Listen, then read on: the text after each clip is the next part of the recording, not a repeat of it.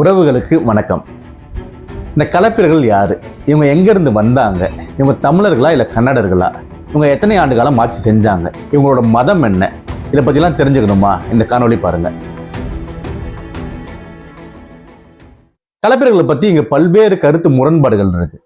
கலப்பிரர்கள் தமிழர்கள் தான் அப்படின்ட்டு ஒரு சிலரும், இல்லை கலப்பினர்கள் கன்னடர்கள், அவங்க கர்நாடக பகுதியிலேருந்து வந்தாங்க அப்படின்ட்டு ஒரு சில ஆய்வாளர்களும் தொடர்ந்து கூறிட்டே வராங்க. இப்போ இந்த முரண் எங்கேருந்து வந்தது நம்ம பார்ப்போம். முதல்ல கலப்பிரர்களை பற்றி நமக்கு கிடைச்ச தரவுன்னு பார்த்தீங்கன்னா வேள்விக்குடி செப்பேடு.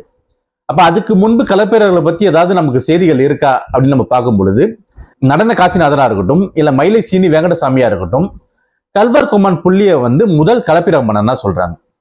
இப்போ உண்மையிலேயே இவன் முதல் கலப்பிர மன்னனா அப்படின்னு நம்ம பார்க்கணும்.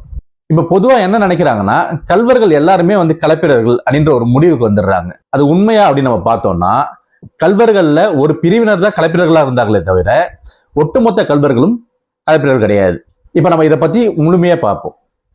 நம்ம முன்பே சொன்னபடி நமக்கு முதல்ல கிடைக்கிற ஒரு அரசன் பார்த்தீங்கன்னா கல்வர் கொம்மன் புள்ளி. இப்ப இவன் யாரு அப்படின்ட்டு நடன காசிநாதர் என்ன சொல்றாருன்னா, இவன் ஒரு வடுகன் அப்படின்னு சொல்றாரு. எதை வச்சு அவர் அப்படி சொல்றாரு அப்படின்னு பார்க்கும் பொழுது, அகநானூறு 295வது பாடல்ல கல்வர் கொம்மன் புள்ளியை பத்தி மாமனார் பாடும் பொழுது அங்க வடுகர்களை பத்தி பேசுறாரு. அவர் என்ன சொல்றாருன்னா, இந்த வேங்கடமலை பகுதியை கல்வர் கொம்மன் புள்ளி ஆட்சி செய்யறான். அந்த பகுதிகளில் ஒரு சில கல்வி அறிவு பெறாத வேட்டை சமூகமா இருக்கக்கூடிய வடுகர்கள் சுற்றி திரிவார்கள் அப்படின்னு சொல்றாரு.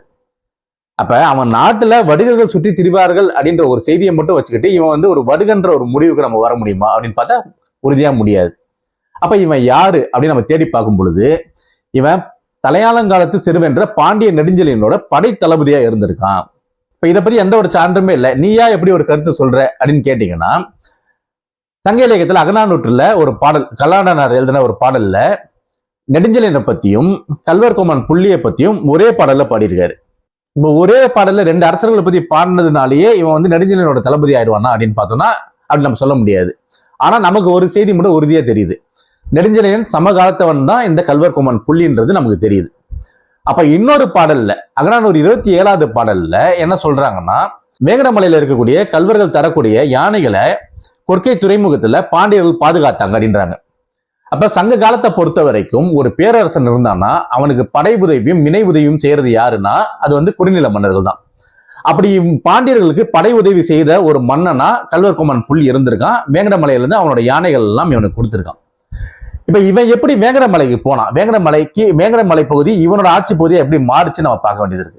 இப்ப பாண்டிய நெடுஞ்செழியன் காலத்துக்கு முன்பு வரைக்கும் இந்த வேங்கட மலைப்பகுதி எப்படி இருந்திருக்குன்னா, திரையர்களும் தொண்டையர்களும் ஆட்சி செய்த ஒரு பகுதியா இருந்திருக்கு. அப்ப இந்த பகுதிக்கு இவன் புதுசா தான் வந்திருக்கான். இவன் எப்படி வந்தான் அப்படின்னு நம்ம பார்க்கும் பொழுது, இந்த தலையாளங்காலத்து சிறுவன் நெடுஞ்செழியன் என்ன பண்றான்னா, அவனோட ஆட்சி காலத்துல இந்த தென்னிந்தியா முழுவதையும் அவன் கட்டுப்பாடுகளை கொண்டு வரான்.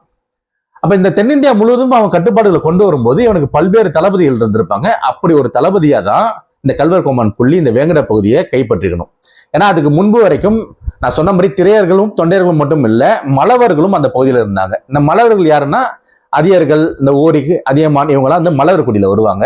இவங்க எல்லாம் சேரர்களோட படைத்தளபதிகளா இருந்தவங்க. இப்ப இவங்களை வெற்றி பெற்றுதான் இந்த புள்ளி அந்த வேங்கட பகுதியை கைப்பற்றுறான். இப்ப இவன் நெடுஞ்செழியனோட தளபதி தான் அப்படின்றதுக்கு நமக்கு இன்னொரு சான்று என்னன்னு பாக்குறதுக்கு முன்னாடி இந்த கல்வர்கள் யாருன்றது நம்ம பார்ப்போம். பெரும்பாலானோர் என்ன நினைக்கிறாங்கன்னா, இந்த கல்வர்கள் ஒரு தனி குடி அப்படின்னு நினைக்கிறாங்க. அவங்க ஒரு தனி இனத்தை சேர்ந்தவங்க, தனி குடியை சேர்ந்தவங்க அப்படின்னு நினைக்கிறாங்க. ஆனா உண்மை என்னன்னா, கல்வர்கள்ன்றவங்க ஒரு தனி குடி கிடையாது. அவங்க ஒரு குறிப்பிட்ட தொழில் செய்யக்கூடியவங்க, அதாவது களவு தொழில் செய்யக்கூடியவங்க தான் கல்வர்கள். இப்ப இந்த களவு தொழில் என்ன அப்படின்னு நம்ம பார்க்கும் பொழுது சங்க இலக்கியம் என்ன சொல்லுதுன்னா, பிற நாட்டின் மீது படையெடுத்து இல்ல அவங்களுக்கு தெரியாம அவங்களோட செல்வத்தையோ அவங்களோட ஆண்நிறைகளையோ கவர்ந்து கொண்டு வரவங்க கல்வர்கள் அப்படின்னு சொல்றாங்க. இப்ப இது ஒரு போர் தொழில்ல இது ஒரு தனி தொழிலா இருந்திருக்கு. இவங்க ஒரு போர் குடியா இருந்திருக்காங்க. அதன்படிதான் பாண்டிய நெடுஞ்செழியனும் கல்வர் படை ஒண்ணு இருந்திருக்கு.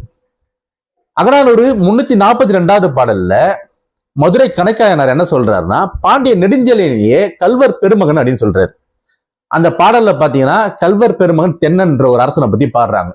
இந்த தென்னன் யாரு அப்படின்னு நம்ம தேடி பார்க்கும் பொழுது, இதை பாடின மதுரை கணக்காயனார் நக்கீரரோட தந்தை.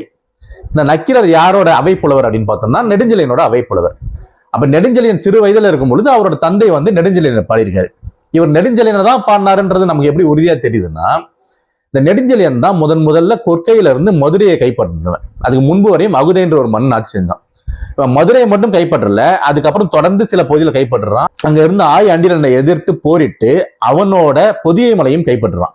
இப்ப இந்த பொதிகை மலைக்கு முன்பு இருந்த ஒரு பகுதி மண்ணால் ஆன கோட்டைகளை உடைய பகுதி அப்படின்ட்டு சங்க இலக்கியத்துல அந்த அகநானூறு 342வது பாடலே சொல்லப்படுது. இப்ப இந்த மண்ணாலான கோட்டைகளுடைய பகுதி அப்படி எது அப்படின்னு நம்ம பார்க்கும் பொழுது இப்போ இருக்க செங்கோட்டை, அதாவது இந்த ராஜபாளையம் அடுத்து உள்ள செங்கோட்டை பகுதி தான் அந்த பகுதியா இருக்கு. இப்ப இந்த பகுதியை முதல்ல கைப்பற்றியவன் தலையாலங்காலத்து சிறுவன் பாண்டிய நெடுஞ்செழியன். அப்ப இவன் தான் அந்த பகுதியில இருந்திருக்கான். அப்ப இவனை கல்வர் பெருமகன் தென்னன் அப்படின்ட்டு மதுரை கணைக்காகவே பாடுறாரு. அப்ப இவன் கல்வர் குடியை சேர்ந்தவன் அப்படின்ற ஒரு முடிவு நம்ம வந்துட முடியாது. ஏன்னா அதே பாடல்ல இவனை என்ன சொல்றாங்கன்னா கௌரியர் அப்படின்றாங்க. பாண்டியர்கள்ல இரு பிரிவினர் இருந்தாங்க. ஒருத்தர் கௌரியர், இன்னொருத்தர் பஞ்சவர்.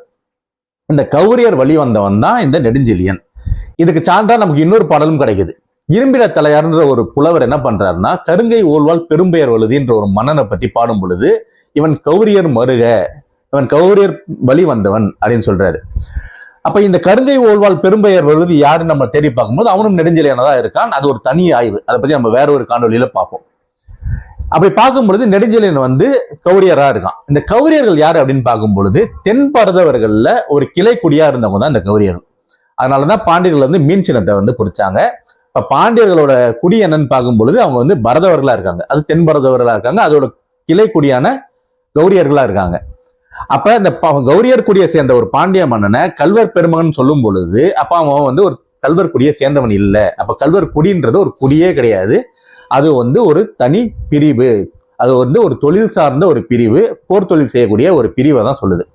அப்ப ஒவ்வொரு அரசர்களும் தனது படையில போர் தொழில சிறந்து விளங்கக்கூடிய இந்த களவு தொழில் செய்யக்கூடிய பிரிவினரை கல்வர்கள்னு அழைச்சிட்டாங்க. அதன் அடிப்படையில பாண்டிய நெடுஞ்செழியனோட படையில இருந்த கல்வர் படைக்கு தலைவனா இருந்தவன் தான் இந்த புள்ளி. நெடுஞ்செழியனோட காலத்துல இவன் வேங்கடமலையை கைப்பற்றிருக்கான். அப்ப அதை வைத்து நம்ம பார்க்கும் பொழுது இவன் ஒரு தமிழன் தான். அப்ப களப்பிரர்கள் எல்லாருமே தமிழர்களா அப்படின்னு பார்த்தோம்னா அது நம்ம உறுதியா சொல்ல முடியாது. களப்பிரர்கள் தமிழர்கள் கிடையாது. அவங்க இனத்தால் தமிழர்களா இருக்கலாமே தவிர மொழியால் அவங்க தமிழர்கள் கிடையாது. அதே போல அவங்களோட மதம் என்ன, அவங்க எந்த காலகட்டத்தை தமிழ்நாட்டை கைப்பற்றினாங்க, அவங்க எத்தனை ஆண்டு காலம் ஆட்சி செய்தாங்க, இதை பத்தி எல்லாம் தெரிஞ்சுக்கணும்னா அடுத்த காணொலி பாருங்க. நன்றி, வணக்கம்.